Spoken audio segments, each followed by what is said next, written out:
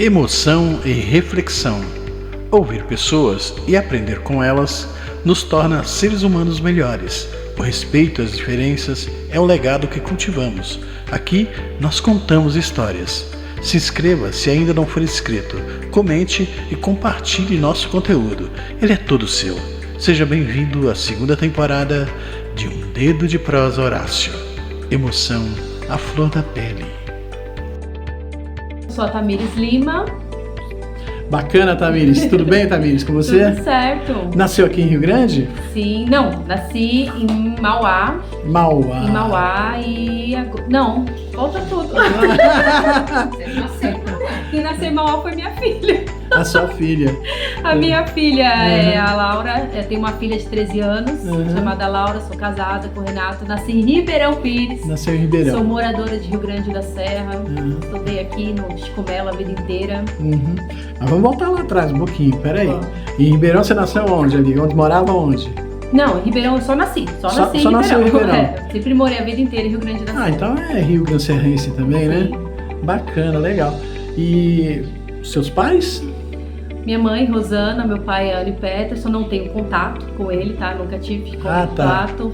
Só às vezes, assim, umas visitas, mas nunca tive contato. A minha mãe é que me criou, com a ajuda dos meus avós maternos. Sua mãe? Minha mãe, Rosana. Rosana. Inteligente demais, uma pessoa muito legal. Convidei ela pro papo, mas infelizmente, né, ela não fez chapinha. Mas vamos voltar aqui na conversa. Então aqui em Rio Grande você mora onde? Mora aqui no centro? Moro ali. Olha, eu morei na Suzuki, estudei no Chico Melo a vida inteira. Chico Melo. Francisco Lourenço de Melo. Depois... Chico Melo é uma escola apaixonante, né? Bonitinha, toda... Sim, e depois eu trabalhei. Meu primeiro emprego foi no Chico Melo, depois a minha mãe trabalhou lá. Ela também estudou lá a vida inteira, a minha irmã. Então, assim, um grupo da minha família sempre foi alunos ali do Chico Melo. A tua formação? Sou pedagoga, psicopedagoga, terapeuta ABA. Ela adora isso, gente. Eu já tô citando que ela adora isso. Mas eu tô falando da formação lá embaixo. Vamos volta um pouquinho? Tá, você estudou aonde? Você fala da faculdade? O básico. O básico foi no Francisco Lourenço de Melo. Também? Sim. E se formou lá no Francisco? Sim, até o terceiro do médio. Nossa! Sim. Caramba! Desde a primeira série até o terceiro do médio. E como é que era? Como é que foi esse tempo? Formar-se lá no... Nossa, eu acho que foi um dos momentos melhores da minha vida. Era muito divertido. Foi os momentos... Se tem um tempo que eu dava muita risada, foi no tempo do ensino médio. Do ensino médio. Maravilhoso. Tenho amigos que eu levo, visito até hoje. Foi maravilhoso. Tem algum professor que ficou na mente, assim, e tal? A Marilza, professora de História. Professora Marilza, candidata prefeita? Sim. Nossa! Eu amava as aulas dela. As aulas dela eram super didáticas. E é maravilhoso. E ela falava sobre o quê? Ela sempre falava sobre a história do Brasil, só que ela fazia de uma maneira divertida. Ela sempre desenhava na lousa, ela costumava desenhar bastante na lousa para ilustrar o que ela estava falando, mas era muito divertido o jeito que ela fazia a gente rir o tempo todo. Também tem a Jucimar, o João Paulo também, que eram professores ótimos. Não esqueço deles. Você falou Jucimara, não é Jussara? Não, Jucimar. A Jussara também. A Jussara, também me deu aula de português. Entrevistou, tá aqui no canal. Fiz uma entrevista com ela. Também gosto muito dela. Também gostei. Mas deixa eu te perguntar, aí você se formou quando? Eu me formei em 2009, eu terminei o ensino médio, aí depois eu fui para a faculdade, me formei em Recursos Humanos, a primeira faculdade que eu fiz foi em Recursos Humanos, fui trabalhar em escritório, não achei muito legal, não era muito aquilo que eu queria e fui ser dona de casa. Como é que foi a faculdade, a primeira faculdade?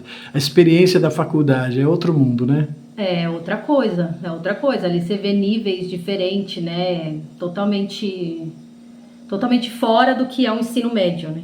Então, onde que eu também fiz amigos muito legais, que eu converso também até hoje no WhatsApp, no Face. Foi um período legal ali. Qual curso que você fez? Você fala da faculdade, né? Isso. Primeiro curso. Recursos Humanos. Se não, ela já engata no segundo e já vai embora. Recursos Humanos. Recursos Humanos. Isso. RH. E não gostou de RH? Por quê? Quando eu fui trabalhar, eu trabalhei no escritório lá da antiga Solve. Sim. Como que eu posso dizer? Eu não é um serviço que eu gostava de fazer. Eu não gostava daquele serviço mesa, computador, falar com a pessoa na janelinha. Fora muita pressão o tempo todo, trabalhar em escritório. Acho que eu teve uma professora que falou isso pra mim. Você foi feita pra trabalhar com pessoas, assim, sabe, mais... Interagir mais. E aí eu quis buscar isso, fora com a minha mãe. Depois é pedagoga, né? E eu acabei seguindo o caminho dela aí na pedagogia. Na pedagogia. Bacana. Aí formada... Aí me formei em pedagoga, aí fiz a pós em psicopedagogia e os cursos de especialização em DI, que é deficiência intelectual, e o ABA, que é comportamento, né? Onde você trabalha a parte comportamental ali da criança que tem transtorno ou alguma síndrome. Então é a sua paixão. É o que eu gosto de fazer. Então fala um pouquinho mais sobre isso.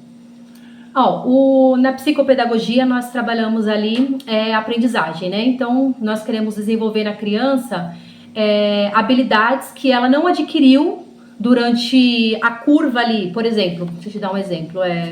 A criança, por exemplo, ela tem dos 6 anos até o 8, 5, 6 anos para aprender a ler, até o 8 mais ou menos. Não aprendeu. Por que será que ela não aprendeu? Alguma habilidade não foi desenvolvida ali. Vamos ver, vamos voltar lá atrás, vamos ver se foi emocional, se foi na parte de letramento, o que aconteceu que essa criança não conseguiu ler. E aí eu entro com um trabalho psicopedagógico para que essa criança desenvolva tal habilidade para que ela consiga ler e evoluir lá na escola. Então esse é o trabalho da psico. No trabalho do ABA, o comportamento, é comportamental. Então eu vou analisar o comportamento daquela criança, o que ela faz que está trazendo prejuízo para a vida dela. De fazer mesmo, de comportamento, como ela está agindo, que está fazendo ela sofrer na sociedade, na escola, no familiar.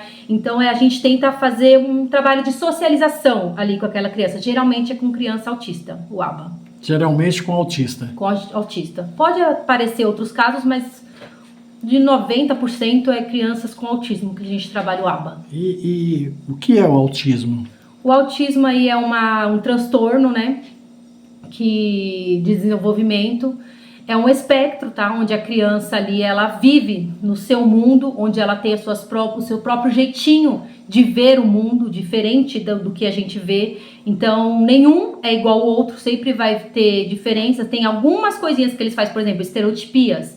Tem crianças que bate a mãozinha, ou faz assim, né? Mexe pra lá com o corpo. Então, tem Como coisas... Como é que é? Fala de novo esse palavrão aí. Como é? Estereotipias. Estereotipias. Que é os movimentos repetitivos que sim. as crianças fazem. Tem uns que batem a mão, tem uns que fazem assim, uns que mexem o corpinho. Então, tem prejuízos social também, né? O autismo, ele tem um prejuízo social. E ele tem estereotipias, entre outras coisas, por exemplo, seletividade alimentar, seletividade com roupa. Então, tudo isso engloba aí para você diagnosticar e saber que a pessoa é autista ou não. Tem níveis? Olha, eles falam do nível 1, nível 2, nível 3, eu acho mais fácil classificar por isso. Hoje em dia eles falam que quer tirar essa classificação. Porque eles falam geralmente assim, a criança que fala, é nível 1, a pessoa fala, então não tem nada, é não só nível 1, bobagem. Então, para não ficar rotulando a criança e dizer, essa criança não tem nada porque ela é nível 1, não precisa de tanta ajuda, eles querem tirar classificação de níveis. Aí, mas o que eu entendo por nível? Nível 1, a criança, ela tem problema de socialização. Sim. Às vezes um pouco na alfabetização. Nível 2 é já um problema mais grave de socialização, ela não consegue aprender, já tem as partes da estereotipia e outras coisas. Nível 3, a criança não fala, ela usa fralda, totalmente debilitada, assim, vamos dizer, precisa de muita ajuda. É um nível mais elevado. Então, assim, pouca ajuda, uma ajuda média, muita ajuda, vamos dizer. Entendi. Aí você qualificou como ajuda e não como níveis de... Pode ser níveis. Posso tratar como doença? É uma doença? Não, eu não diria que é uma doença. Igual eu tinha te falando antes... É um distúrbio comportamental, seria? Isso, é um estilo de vida. Eles vivem dessa maneira. Não é algo que você possa mudar. Eles são assim. É algo que a gente tem que aceitar. Não querer mudar. Eu ia fazer 2 perguntas, mas antes de fazer essas 2 perguntas, vamos voltar um pouquinho lá atrás, só para perguntar como é que surgiu esse amor. Por que você escolheu psicopedagogia? Então, foi trabalhando num colégio. Eu entrei como estagiária no colégio e eu fui trabalhar lá com crianças com Down, crianças com PAC, crianças com discalculia, autismo, TDAH. Então eu tinha que ficar bolando um jeito ali, recursos que estava disponível para mim, para fazer com que essas crianças aprendessem de uma forma mais lúdica, ou que elas entendessem, tanto que tem 2 que eu atendi até agora, que é desse colégio, que fala assim, eu só entendo quando você me explica. Entendi. Porque eu fazia de uma forma mais lúdica, eu sentava, e era aquele 1 a 1, eu e a criança. Então eu falei assim, nossa, eu consigo fazer a diferença na vida dessa criança. Entendi. De um tempo com ela, eu consigo mudar algo, ela consegue entender algo comigo. Então por isso que eu comecei a pegar gosto por isso. Essa formação foi quando? Na psico eu terminei tem 2 anos atrás. A faculdade eu terminei durante a pandemia. E depois... não lembro a data correta, pra te falar a verdade. Tem que olhar lá nos documentos, não lembro de cabeça. Tá certo. E deixa eu te fazer, como é que foi a pandemia pra você? Já não passou tanto tempo assim, dá pra lembrar, né? Como é que foi a pandemia? Eu acho que pra alguém que se interessa por isso, por temas tão pertinentes, tão singulares assim, a pandemia deve ter sido A pandemia foi muito difícil pra mim. Foi um período, emocionalmente eu não estava bem. Então foi muito difícil. E depois, durante a pandemia ali, eu tive um período de depressão e tal. Nossa, é mesmo? Foi horrível. Foi um período muito triste assim da minha vida. Mas depois eu me recuperei, foi quando eu comecei durante a pandemia eu comecei, aliás, a pedagogia e depois fui terminando e fazendo a pós. E aí eu falei, não, depressão não é pra mim, chega, acabou. E aí vamos seguir, vida que segue. E hoje em diante eu nem penso mais em depressão, nem penso mais nada disso, é outra coisa. Pra sair da depressão, você usou alguma dessas técnicas que você tão bem aí divulga, não? Não, acho que eu nem entendia muito. Na época, assim, no começo, acho que muito a família, igreja, família, é o que me ajudou. Tá. Entendi. Mas essa procura tua por ajudar também tem um pouco a ver com isso, né? De que... Emocionalmente, você fala? Sim, porque tudo acontece lá no emocional, né? Desde pode a vontade. Eu sinto, às vezes eu sinto assim, tipo, eu me coloco no lugar da criança, sabe? Eu falo assim, nossa, eu acho que essa dor, esse choro que ela tá sentindo ali... eu consigo sentir em mim, não sei, algo assim. Sim. Então você se envolve um pouco emocionalmente com eu acho que eu me envolvo muito emocionalmente. Até para ter também todo esse apego pela profissão, né? Sim. Nossa, eu tenho crianças de lá do colégio que eu não esqueço. E eles me veem na rua e é só alegria, é muito legal. E aí você encara a profissão como algo a mais? Você nota a diferença que faz? Sim, eu acho que é um propósito na minha vida, não é só a profissão. É um propósito que Deus colocou na minha vida. Nossa, virou um propósito agora. Sim, é um propósito de vida. Sempre achei isso. Eu nunca achei que foi só eu estar ali. Sempre teve um propósito de eu estar ali. Sempre achei isso.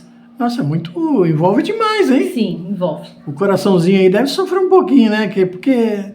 eu vou te contar um caso. É meio difícil, né? Porque, dadas as dificuldades, né? Sim, é difícil. Ainda mais financeiramente, tá? Porque às vezes eu quero fazer muito mais financeiramente e não tenho recurso. Sim. Entendeu? Eu vou te contar a história, até lá no meu Instagram, aliás, dessa família que a mãe entrou em contato comigo. Qual é o Instagram primeiro, né? Você lembra? Tami_LM. Beleza. Tá? Aí essa mãe entrou comigo. Deixa eu contar um pouquinho da história da família, que ela me permitiu contar, por isso que eu... Cuidado aí, os direitos. Ela adotou essas 4 crianças, a mãe faleceu, eles estavam no abrigo em Santos há um tempo. E ela sempre teve o desejo, ela tem 50 anos e sempre teve o desejo de adotar. E aí ela adotou essas 4 crianças. A mais velha tem 10 anos, o outro tem 9, a outra 6 e o outro 3 aninhos. E ela pegou essas 4 crianças para adotar. E ela achando ali probleminhas neles de aprendizagem, fala, tal, me ligou e falou se eu poderia fazer a sessão com eles. Quando eu falei, para fazer um diagnóstico eu preciso que sejam pelo menos 6, 7 sessões, tal. Ela falou, não tenho como pagar, tal. Eu já falei, nossa, eu preciso fazer algo. E eu sempre, até falei pra minha mãe, assim, que uma frase que não saiu da minha cabeça na noite que ela me ligou, se Deus colocou um propósito no seu coração, se prepara, simplesmente faça. Dá um jeito e faça. Então foi quando eu chamei 2 amigas que são pedagogas, uma é professora de espanhol pro Marjorie, a outra é a Kelly do infantil, e a minha mãe que é pedagoga.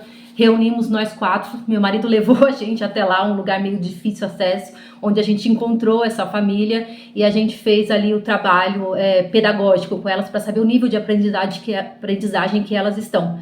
E foi um momento assim tão legal e eu voltei com o coração tão cheio que eu falei, nossa, eu gosto de fazer isso. Eu queria fazer, se eu pudesse fazer mais trabalho, não sei se é, digamos, social, sei lá. Mas eu faria, e porque você vê assim que é gratificante. As crianças falam assim, você vai voltar quando? Você vai voltar quando? Sabe assim? Entendi. É muito legal, é muito legal. Na pandemia, voltando lá, a gente teve tantas negações, né? O negacionismo, etc e tal. E aí você bate exatamente contra isso, né? Olhando para o individual, olhando para o social. Não tem algumas lições aí que sobrou, que você, sei lá, de repente com tudo isso aí você trouxe para a sua vida? De aprendizagem durante a pandemia? Sim, isso. Nesse curso de tempo aí, né? É dar valor, né? Na minha opinião. Dar valor para cada detalhe, a cada pessoa, a cada momento. Na minha opinião, a pandemia mostrou isso, que o tempo é o precioso. Você está com quem você ama. Você dizer, você não pode mais ir na casa da pessoa que você ama, já me causava pânico. Já me causava medo isso. Então, mas a gente nunca nem ficou, a gente sempre se viu. Nunca deixamos de se ver. Mas o legal disso aí é que ao invés de negar que o problema existe, ou que o problema está lá, você abarcou o problema, né? Você puxou o problema para você e procurou resolver. Sim.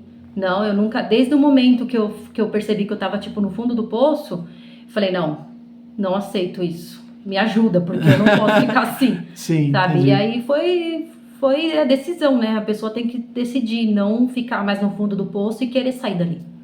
É uma decisão. Tudo na vida eu acho que são decisões, né? Sim, muito corajosa, por exemplo, no estado atual das coisas que nós estamos, né? Da polarização entre sim e não, entre o ou não, aquele negócio todo.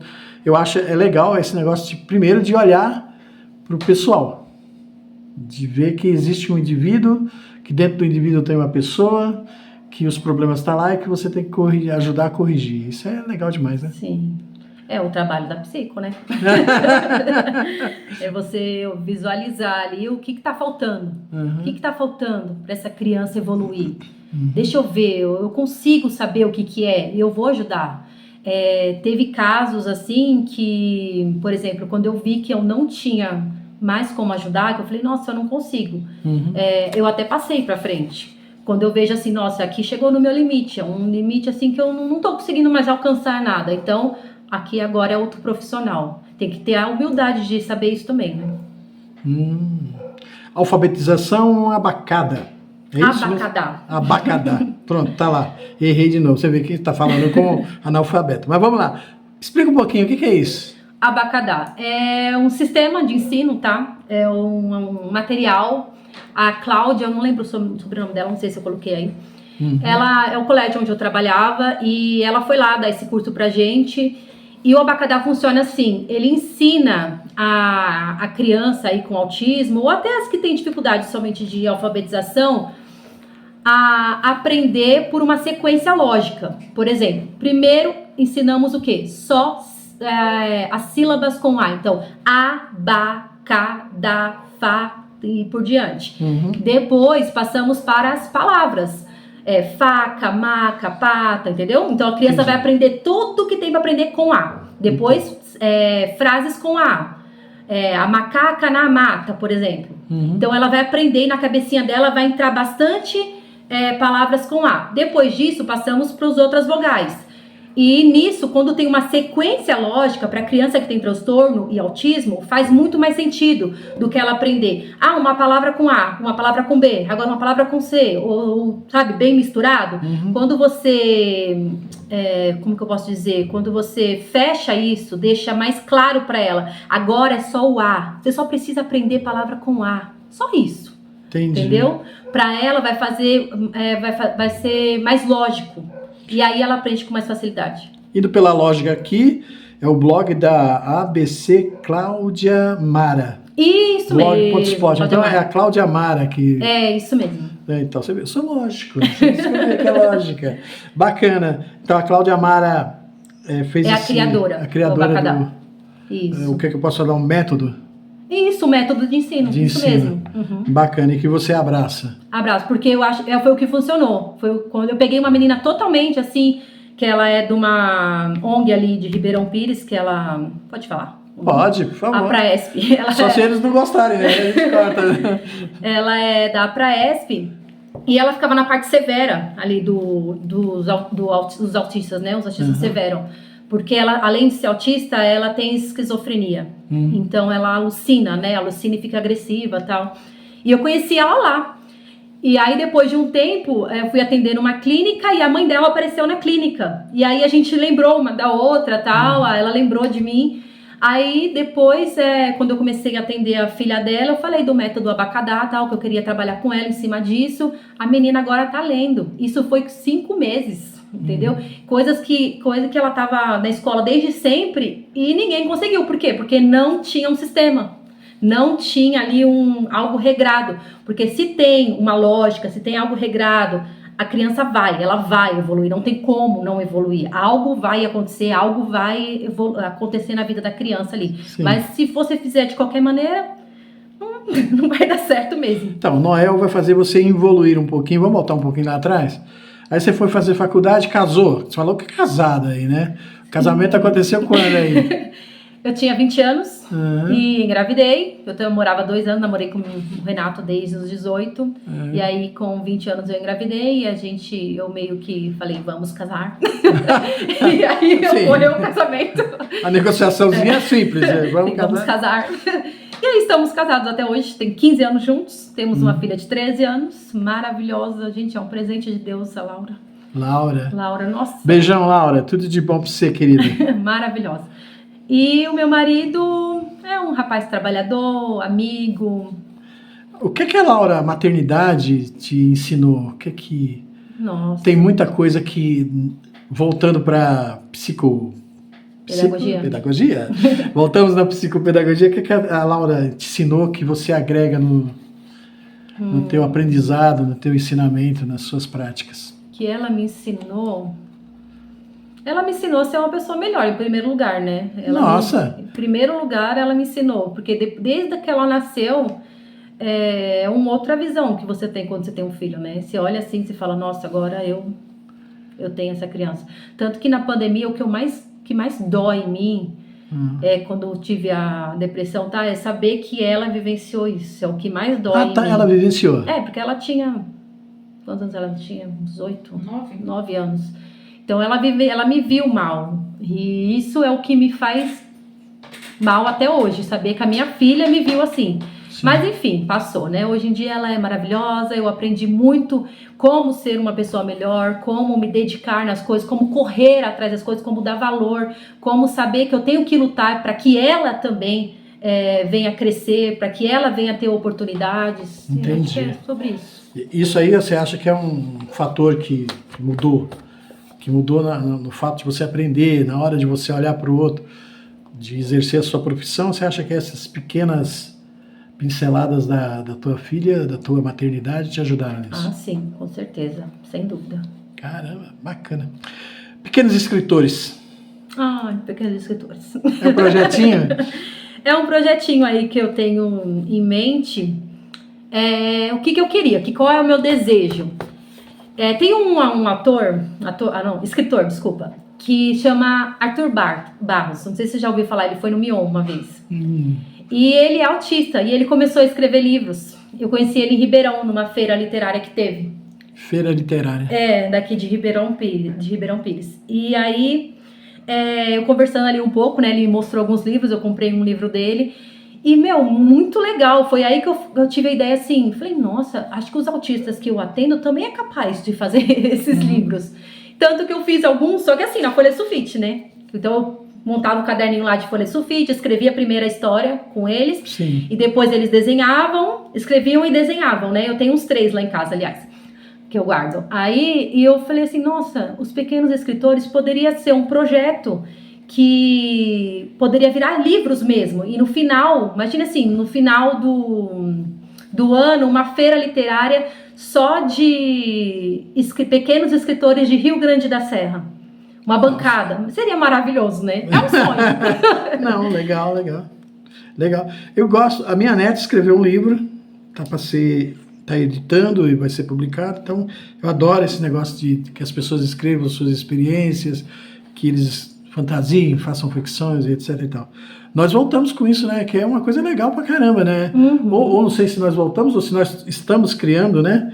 Desde 2000 a gente fala muito sobre livro, lê bastante livro, as pessoas, o mercado de livro está crescendo demais, mesmo na pandemia cresceu quase 12%, que são números assim exorbitantes. Você, como escritora, você escreveu também alguma coisa, né? Eu fiz uns livros infantis, não publicados ainda, tá só no papel. Vamos publicar isso aí, né? E tem um menino, o nome dele é Cauã, que ele é lá do colégio também, onde eu trabalhava, que ele tá fazendo a ilustração desses livros pra mim. Tá. O Cauã é um autista, que eu convivi aí durante 2 anos. E ele é maravilhoso, super engraçado e desenha como ninguém. Sim. E rápido como ninguém. É incrível ele desenhando. Nossa. E aí ele já fez a ilustração de eu acho que eu fiz 4 livros. E ele vai fazer os dos outros ainda. 4 livros? Infantis, tá? É livrinhos infantis para primeira leitura ali e tal. E quais os temas? O primeiro tem a borboleta, tem o das batatinhas, que as batatinhas são um grupinho de amigos que vivem numa escola e que ali passa o cotidiano da escola. Um, por exemplo, é um diferente, então ele sofre uma certa discriminação, mas que uma professora ajuda, a professora maionese ajuda, tal. A maionese, então, batata com maionese, nossa, dá então demais. o livrinho é bem assim, é bem infantil, é pra primeira infância ali e tal. Não, mas aí é que começa tudo, né? E tem que ter uma sensibilidade bem apurada para escrever para eles, né? Sim, tem que ser divertido, né? O meu intuito é ensinar algo e que seja divertido de ler. Que eles falam, nossa, é engraçado de ler, mas no fim tem uma moral. Eu aprendi algo com isso.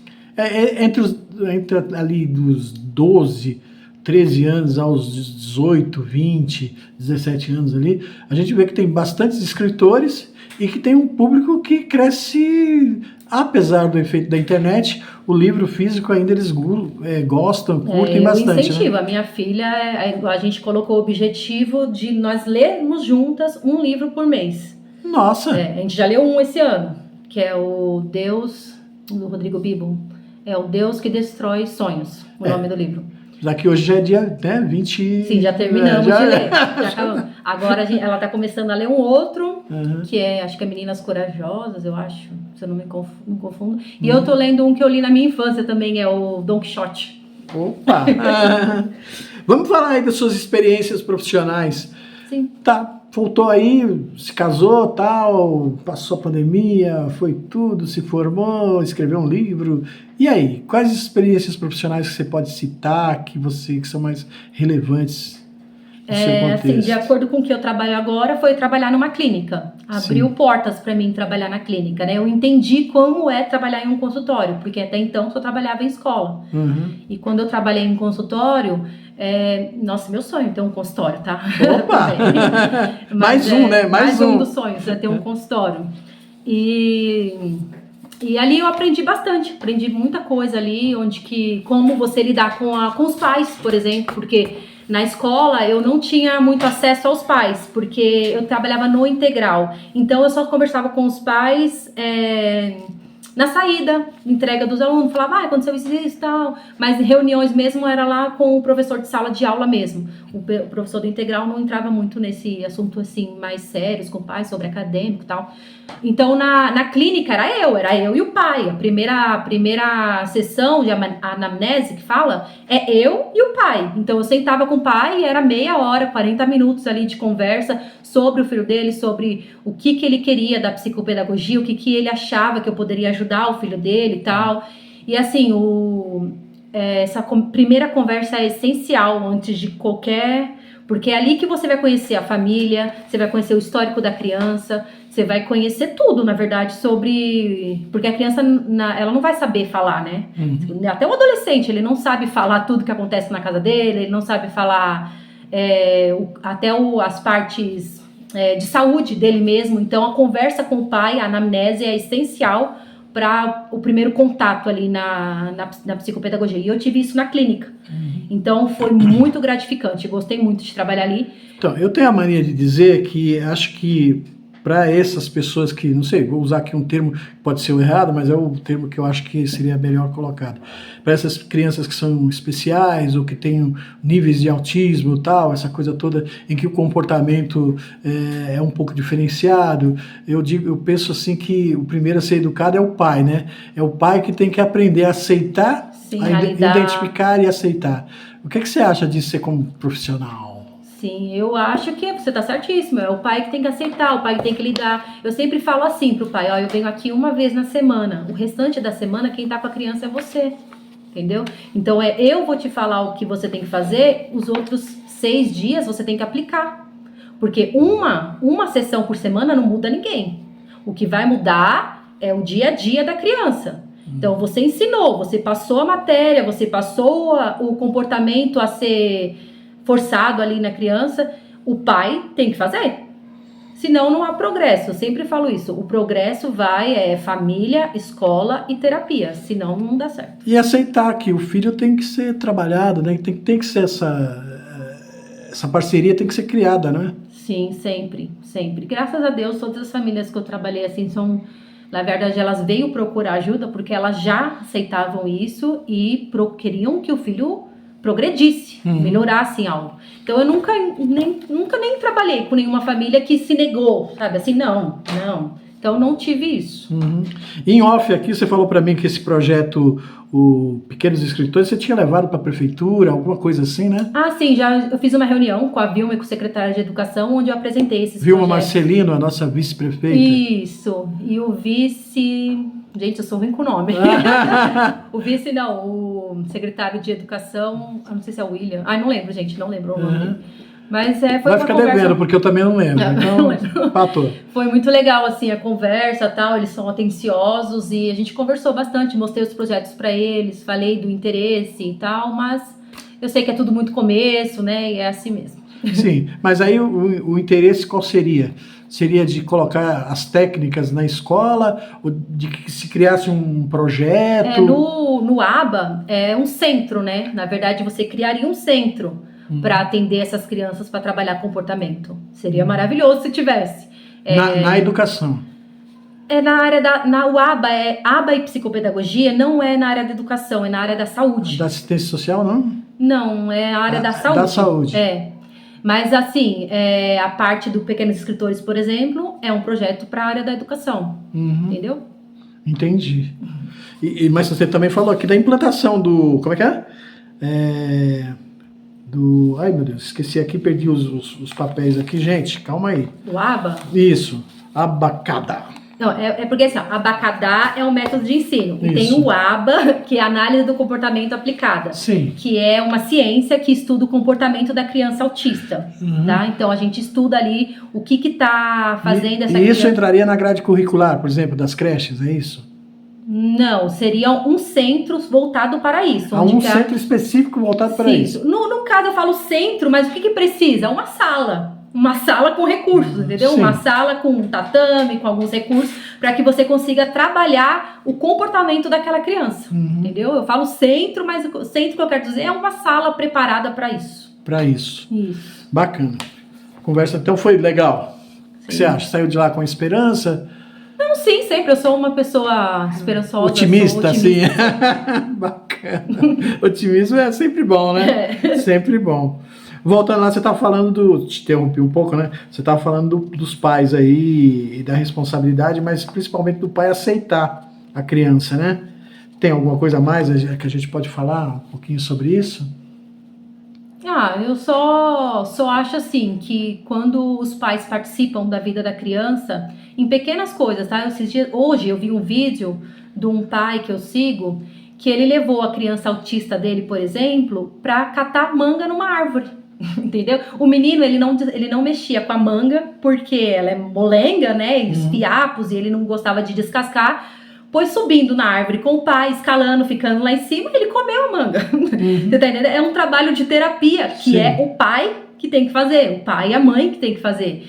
Então, quando o pai e a mãe se envolvem na vida da criança dessa maneira, e é em pequenas coisas, eu não tô falando de grande coisa, tô falando de sentar com seu filho e fazer a lição com ele, é de você assistir um filme junto, é de você montar um quebra-cabeça junto, é de você andar de bicicleta junto com a criança. Entendi. São pequenas coisas que os pais às vezes deixam de fazer e levam para terapia, para clínica, para que lá a criança tenha isso. Vai montar o quebra-cabeça, mas lá com a tia da terapia, entendeu? Sendo que é algo que poderia fazer em casa. A criança, ela evolui muito mais quando os pais são participativos. A gente está falando aqui da prefeitura, então dá para citar isso aqui, né? Porque eu acho assim que os pais não têm muito esse tipo de preocupação, não, né? Eu acho que assim, nós está aqui em Rio Grande da Serra, 50 mil habitantes, muito diferente da cidade vizinha aqui, que já é Ribeirão, que tem o dobro, e mais diferente ainda de Mauá, que já está com 450 mil habitantes. Essas cidades, sim, devem ter uma vida mais cosmopolita, uma vida muito menos rural do que nós temos aqui em Rio Grande. Aqui não, aqui a gente tem muito verde, a criançada brinca, joga bola e etc e tal. Para lá, não. Lá as crianças são mais fechadas dentro de casa, do apartamento, dentro das favelas, etc e tal, e que o comportamento é totalmente diferente, né? Sim, aí tá a importância de você levar o seu filho para um parque, né? Olha, tem parques em toda a cidade. Sim. Tem um parque oriental maravilhoso ali em Ribeirão, Já né? tá em Ribeirão, né? Então, e assim, é fácil acesso até para aqui, para Rio Grande, o pessoal, né? Não é um lugar impossível de ir. Então, tem muito lugar que dá para você fazer esse trabalho com a sua criança que tem problema de socialização. É querer fazer. É o querer fazer. É o querer estar presente na vida da criança. E é o que faz a diferença. É mais do que achar que isso é uma moda, né? Com certeza. Meu filho é autista. Nossa, bacana, né? É legal. E aí, o que vai fazer? Né? Pergunta, o que eu vou fazer? E aí? É sobre isso, sobre querer fazer, conviver com a criança e saber que ela pode melhorar sim, ela pode até mudar de nível, ela tá no nível 3, ela pode passar pro nível 2, ela pode passar pro nível 1, mas precisa do quê? De terapias e de pais que façam a diferença na vida dessa criança. Tá, vamos agora passar para a empreendedora, né? Ai, meu Deus. Vamos falar sobre isso aí, a empreendedora. Porque, de repente, você achou um filão aí, né? Um filão no mercado para trabalhar, para levar isso aí para as pessoas. Como é que funciona? Então, como é que você começou? Quando eu fui sair da clínica, aliás, foi por algo que eu não... algumas coisas que eu não concordei. Que eu resolvi sair da clínica. Por exemplo, eu tinha... pessoas trabalhando lá. Mas, menina, você tá sempre incomodada? Porque você se incomodou no RH, se incomodou aqui. É assim, é porque eu gosto de fazer as coisas certas. Quando eu acho que não tá muito certo, eu não consigo ficar, eu acho. Deve ser sobre isso, não sei. Não que eu seja a pessoa mais certinha do mundo, mas tem umas coisas que não é cabível, não dá. Não dá pra aceitar. Então, como eu não posso mudar, eu prefiro sair. Então, é uma ética profissional que você tem. Pode ser. E trabalhando sozinho não tem esse problema. É eu e o cliente, certo? Mas você não vai brigar com você, não? Eu errei, não, se eu errar, eu conheço e peço desculpa na hora, com certeza. Tá. O chato atrapalhou você, mas continue aí. Não, imagina, eu tava falando sobre o que mesmo? Sobre como você começou. Você saiu da clínica. Né? Porque assim, quando eu fui fazer o trabalho de olhar o trabalho das psíquicos, eu reparei que eu falei, não é sobre isso que eu estudei. Entendeu? Tá. Eu vi umas coisas assim, por exemplo, assim, umas frases. Eu não trabalho com criança que tem descalculia. Como assim você não trabalha com criança que tem descalculia? Que é não ensinar matemática, não consegue compreender lógica. Então não faz sentido pra mim. Você não, e se a criança, o problema dela é esse, ela veio até você por esse problema. E aí você não vai atender porque você não gosta da matemática?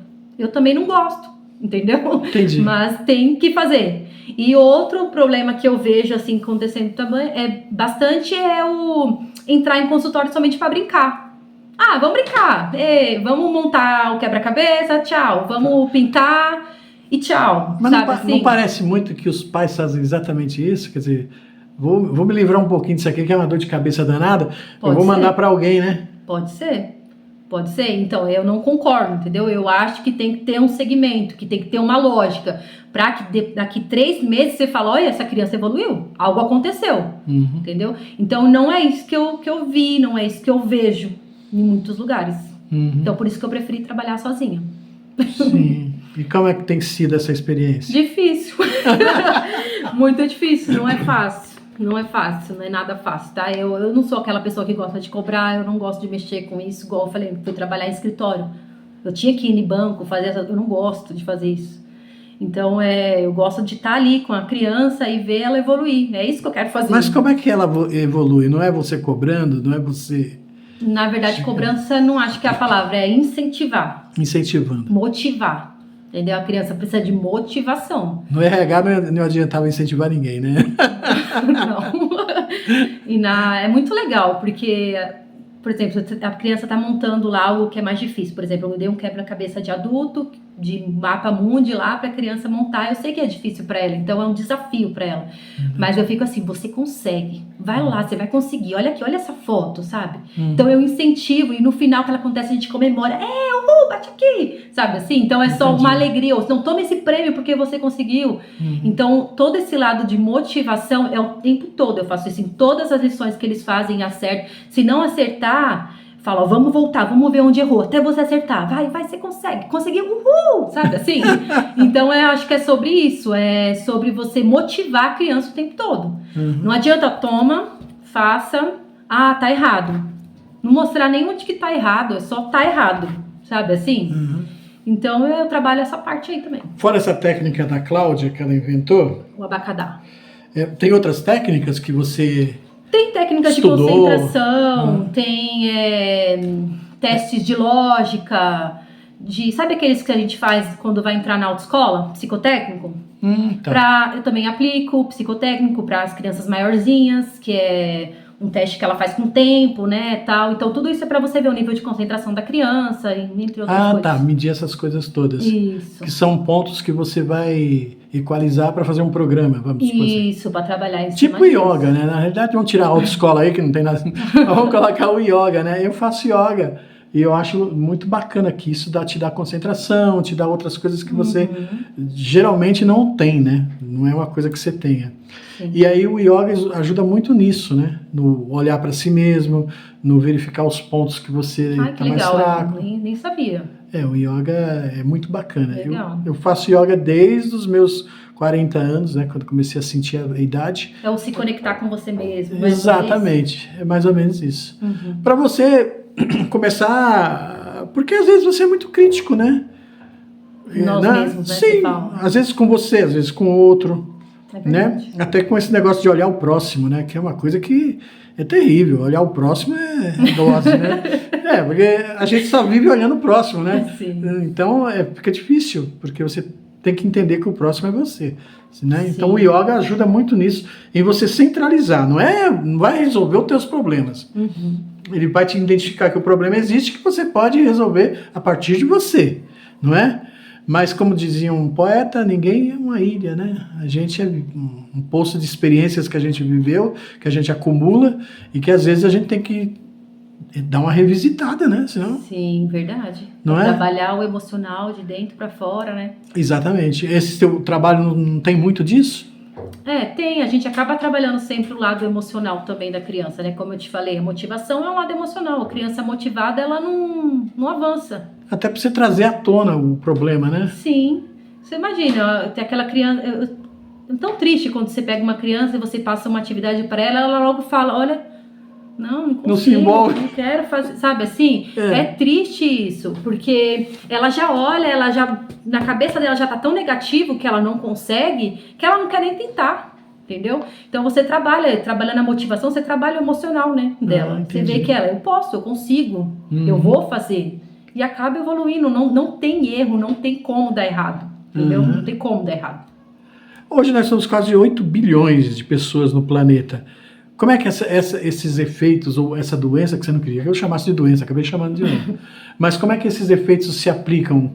Quanto da população mundial, ou da população brasileira, ou da população de Rio Grande, tem esses, vou chamar aqui de déficit, mas também não é déficit, né? Tem esses transtornos. Olha, eu não sei te falar um dado certo, tá? Nunca nem Nem peguei, nem pesquisei. Caté profissional, já caté profissional, tá? Tá, não peguei pra ver dados. Eu não me ligo muito a isso, não. Eu sou muito mais do ir lá e fazer, sabe? Então, eu não... É porque o fato se tornou presente, né? Sim, se ele se tornou mas presente, muito caso. Porque antigamente tinha, mas não era reconhecido, não era né? detectado, ou Isso. sabia que era isso. Mas assim, eu não acho que cresce... Na verdade, eu acho que cresceu sim, mas... Sim, porque se a Tanto que população cresceu... eu vi uma reportagem hoje dele falando assim, as pessoas que têm TDAH, por exemplo, elas têm mais chance de ter filhos com autismo. As pessoas que têm filhos depois dos 50 ou 40, que é difícil, mas tem. Sim. Tem, a chance de ter autismo é maior. Aí essas crianças que vão ter filhos que é autistas, elas vão ter outros filhos autistas. Sim. Entendeu? E aí só vai crescendo. Realmente, de uns tempos pra cá, a gente vê que cresceu, mas também é sobre isso, né? É a pessoa que tem o TDAH e ela se envolve, e aí ela tem o filho, que o filho vai ter autismo, o filho com autismo se envolve, e aí vai crescendo. A gente tem uma pesquisa de 2022, que a sua mãe vai sacar isso aí, que dizia que por conta dos aparelhos eletrônicos, dos tablets, etc e tal, essa geração, as duas, três gerações de lá para cá, elas estão com QI mais baixo, né? Isso Então, deveria afetar um pouco isso aí que você está falando, não? Com certeza. Por exemplo, tem criança que não tem autismo, mas tem sintomas do autismo por causa das telas. Sim. Entendeu? Então, por exemplo, tem criança que faz estereotipias ou a birra. A birra que eu falo é aquela... Porque assim, o autista, ele tem crise, ele não tem birra. Quando a criança não tem o autismo e ela faz a birra por causa da tela, e aí sim é algo que acho que até mais preocupante, porque o autismo, quando é autista, você entende que ele está numa crise, ele está vivenciando algo ali que ele não consegue se controlar. Diferente da birra, que é algo que a criança não aceitou levar um não. Entendeu? A criança não aceita o não e eu vou fazer a birra até eu conseguir, pronto, e acabou. Ela tá totalmente consciente disso aí. E o autista não, ele não tá consciente disso. Ele só tá não entendendo o que tá acontecendo. E por isso ele entra em crise. Diferença da birra e da crise. Sim. Tá? E aí, o que nós estávamos falando antes? Que agora acho que eu entrei em outro assunto. Você tá falando de birra? Eu entrei nesse assunto. Mas é isso mesmo, porque eu acho também que esse déficit, não sei se chega a ser um déficit, né? Mas a queda do... É porque nós, por exemplo, eu vou citar as crianças aqui, que não é, você já falou para mim que não é apenas as crianças, né? O seu trabalho não é apenas com crianças. Não tem idade. Não tem idade? Não. Então acho que tem muito política aí que você podia ser cliente seu. Mas voltando aí, a criança. A criança chora, dou o celular para ela, ela para. A criança esperneia, eu dou o celular para ela, ela para. Você está reforçando algo que é negativo. Sim. Isso entra o ABA, que é o comportamento. É você tirar... Na verdade, você deveria falar não, porque aí você estava trabalhando algo que vai ser positivo na vida dela. Quando você dá o celular, você está reforçando algo negativo. Toma. Você chorou, toma aqui sua recompensa. Entendeu? Entendi. Eu vou fazer a birra porque aí eu vou conseguir o celular. Eu vou fazer a birra porque aí eu vou conseguir o chocolate. Entendi. Eu vou fazer a birra porque aí eu vou conseguir o brinquedo. Mas no caso do autismo, não. No autismo não é crise. Porque crise ele não entende que ele... Por que ele não entende assim, ó? Por que eu não posso ter esse brinquedo agora? Eu não consigo entender isso. Não entra na minha cabeça. Por que eu não posso ter?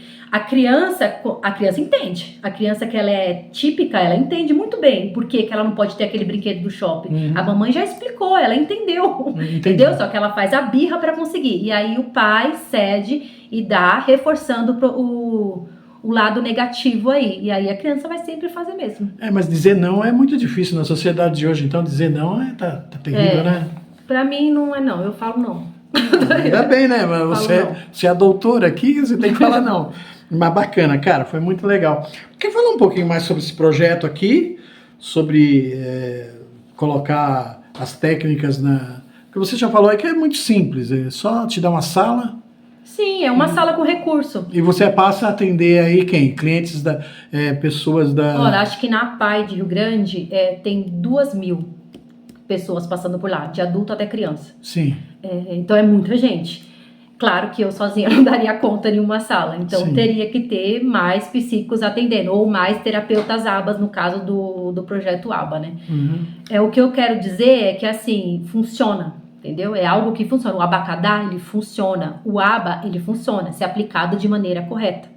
E é isso que eu queria quando eu fui conversar com eles. Eu quis dizer, ó, esse projeto funciona. Porque teve mães que chegou até mim e falou assim, eu não levo mais o meu filho lá. Por quê? Porque só fica desenhando, entendeu? Sim. Aí eu fui e falei, aí foi por isso que elas foram me procurar. E eu comecei... Lá você tá falando aonde? Na PAI? É que eu não queria ficar...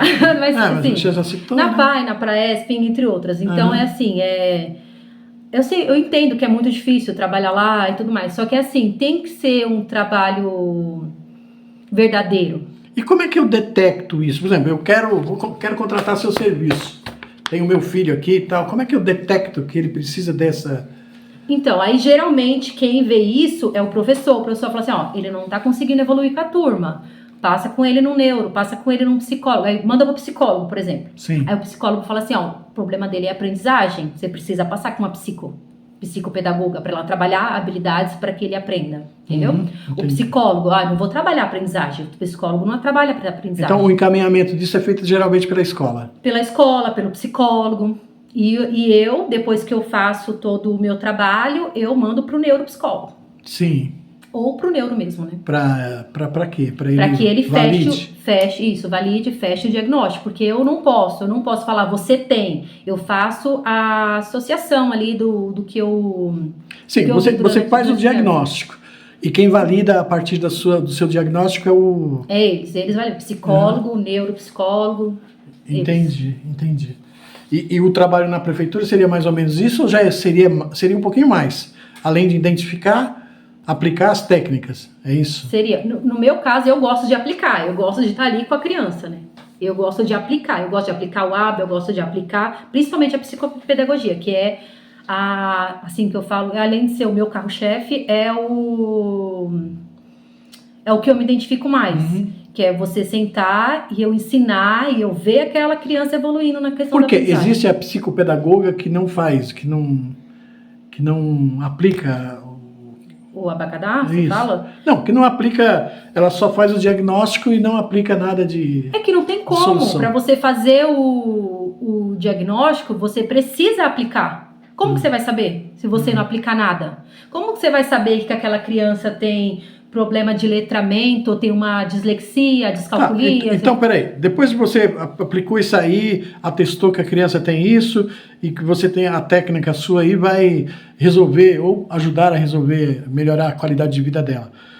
E aí? Aí eu passo para você de novo, mando para você de novo para ela ter essas sessões ou aulas. Sim, aí como é que por exemplo, assim, no caso porque assim, transtorno ele não tem... Como que eu posso falar a palavra? Ele não tem... Estrala o dedo aí, quem sabe ele vem. Não tem cura, não isso, tem cura. Ele não tem cura. Então é algo que a pessoa vai... O TDAH não tem cura, a pessoa precisa aprender a conviver com ele. O autismo não tem cura, precisa aprender a conviver. Nenhum transtorno tem cura, entendeu? É algo que você vai levar para a vida inteira, então você precisa conviver com isso. Quanto tempo de terapia você vai levar para aprender? Aí é cada um. Entendeu? Não tem como dizer, são 5, 6, são 10, são 2 anos, não tem como dizer. Sim. Mas você já relatou aqui casos em que em 6 meses... Eu vi diferença, entendeu? Tem uma menina, por exemplo, que eu peguei, ela não lia nada, não fazia nada. Ela está lendo frases curtas já. Eu tenho um vídeo no Instagram provando que ela está lendo frases curtas. Então, em 6 meses aplicando... Foi 4, 5 meses. 4, e ela aprendeu assim. Você já fez ela evoluir um pouco. Sim, aí. E é sobre isso. Eu quero ver essa evolução. Se eu não ver, eu até falo, procura outro profissional, porque eu não estou conseguindo avançar com essa criança. Entendeu? Entendi. Então, mas o profissional, essa profissão que você escolheu, ela é para isso. Ela não é só para fazer o diagnóstico. Você faz o diagnóstico e volta para você. Isso. Tem gente que, na verdade, vem só querendo um diagnóstico. Que eu acho super errado. Você tem que procurar melhorar a qualidade de vida do seu filho. Sim. Não só um laudo. Mas tem gente que só quer o laudo. Fazer o quê? Não, Depois do laudo, a pessoa vai embora. Não quer mais. O quê? Nós estamos aqui para convencer a pessoa que não. Que, tem que, né? Que é um tratamento, que é tem um regramento aí que vai ajudar na qualidade de vida da pessoa. Sim. Isso aí não bate muito do que você falou aí não bate, por exemplo, com esse negócio da não aceitação do pai. O pai busca resolver o problema igual o sorrisal. Dá um sorrisal que melhora. Só quer tapar o buraco, né? Vamos dizer assim. Só quer tapar o buraco ali e vida que segue. Sim, mas o buraco não tem... Não tem fim, porque não tem cura. Sim. Mas tem melhora. Tem melhora. Tem melhora de qualidade de vida. Tem melhora de qualidade de vida. Bacana. Tamires, foi um prazer te conhecer. Prazer foi meu. Cara, fiquei muito encantada com a sua paixão pela profissão. Achei muito bacana essa paixão, falar sobre o negócio, você já se encanta toda. Quem disse que estava com vergonha, que tinha, né? Que eu sou muito tímida. A câmera te intimidava, foi muito, muito bacana. Cara, infelizmente, a gente já está com quase 1 hora. A gente conversou aqui durante 1 hora sobre... Passou rápido. Passou rapidinho. Fazer o quê, né? Quem sabe, outra vez aí você vem cá. Ok, né? Foi um prazer. Peraí, então, antes de tudo, te agradecer, muito obrigado pela presença, trouxe sua mãe aqui, inteligentíssima, a gente bateu um papo, foi muito bom. Maravilhosa. Quem sabe, um dia ela vem pra gente bater um papo também. E quero te agradecer e vou te dar aí um tempinho aí pra você fazer as suas considerações finais, querida. Muito obrigado. Eu só quero agradecer pela oportunidade, dizer que eu trabalho com muito amor, que o meu propósito de vida é fazer a qualidade das crianças que eu atendo melhorar, tá? Esse é o meu propósito de vida. Eu também busco muito levar a mensagem de Deus em todas as consultas que eu vou. Eu sei que nem todo mundo é cristão e tal, mas é o meu propósito de vida junto com Deus, junto com a minha igreja, é fazer essa melhora na vida das pessoas. É sobre isso, gente. Deixa os seus contatos aí. Qual é os seus contatos? Tá. Se eu quiser ter um problema e resolver um problema, deixa os seus contatos, pelo amor de Deus. Que empreendedora mais fraquinha, né? É demais. Gente, me ajuda. Eu tenho o Instagram, Tami_LM, onde eu posto os vídeos do meu trabalho e dou dicas ali de como você lidar com as crianças com transtornos e com autismo e entre outros. E eu deixo meu WhatsApp, meu número é 974586973, onde eu entro em contato ali com as pessoas para fazer os trabalhos aí psicopedagógicos. Abraço, querida, muito obrigado. Curta dando seu like, compartilha para os seus amigos, se inscreva no canal, acione o sininho para novos vídeos.